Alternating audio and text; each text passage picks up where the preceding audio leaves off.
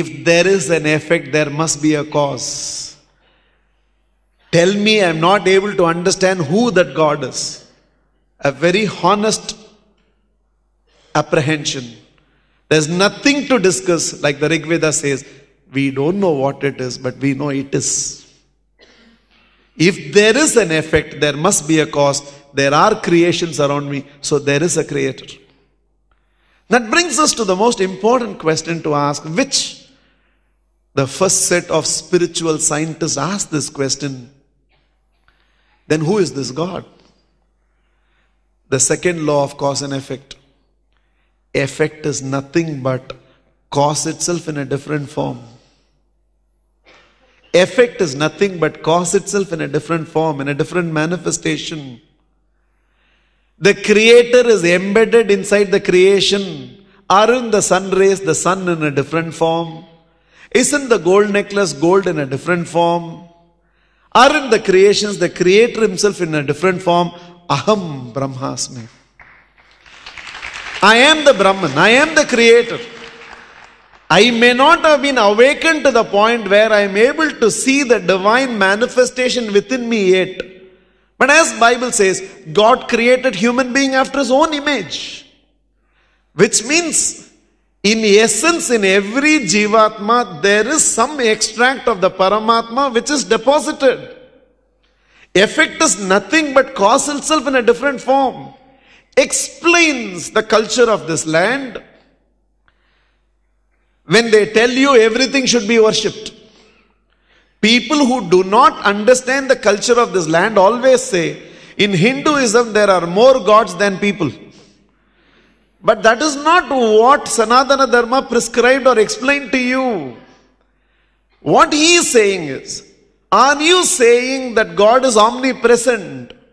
Yes, that God is omnipresent. If that God is omnipresent, is that God there in your parents? Yes. In every creation, creator is embedded.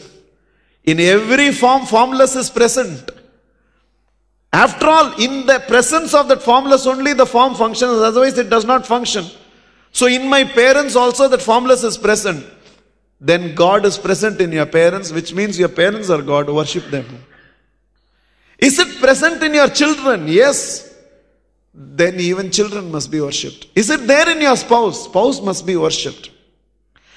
Is it there in your money? Oh, definitely there. Lakshmi must be worshipped. Is it there in my books? Yes, Saraswati must be worshipped. Is it there in the equipment? Yes, Durga must be worshipped. That is why in this one country even name board is worshipped. Bike is worshipped. Bull is worshipped. Cow is worshipped. Buffalo is worshipped. Because if you say the creation is nothing but creator embedded.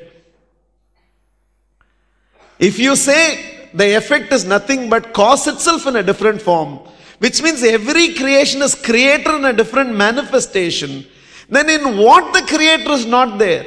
And if the creator is in everything, what cannot be worshipped? Is it there in the moon? Yes, worship it. Is it there in the sun? Yes, worship it. Is it there in the stars? Yes, worship it. Is it there in fire, air, water, space, earth? Yes, worship everything. Is it there in the snake? Is it there in the tree? Is it there in the rivers? Is it there in the mountains? Is it there in the valleys? Yes, worship everything.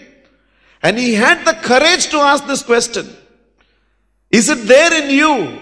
Yes, even in me that formless is there. That is why I am functioning. Because in the absence of which I will not function. So as long as you are breathing, God is still beating inside you. Worship thyself to Aham Brahmasmi. Not out of any arrogance for who I am, but out of reverence to who is inside me. Not who I am. Who is within me is worship. So when I bow down to you, I am not bowing down to your MBBS. I am not bowing down to your CA. I am not bowing down to your MBBS BE. I am not bowing down to the money. I am bowing down to the divine presence within you. That is why it said, I in spirit and you in spirit are one and the same. I respect the God in you, and please respect the God within me. We may be playing all the fool outside, but deep inside there is a divine presence.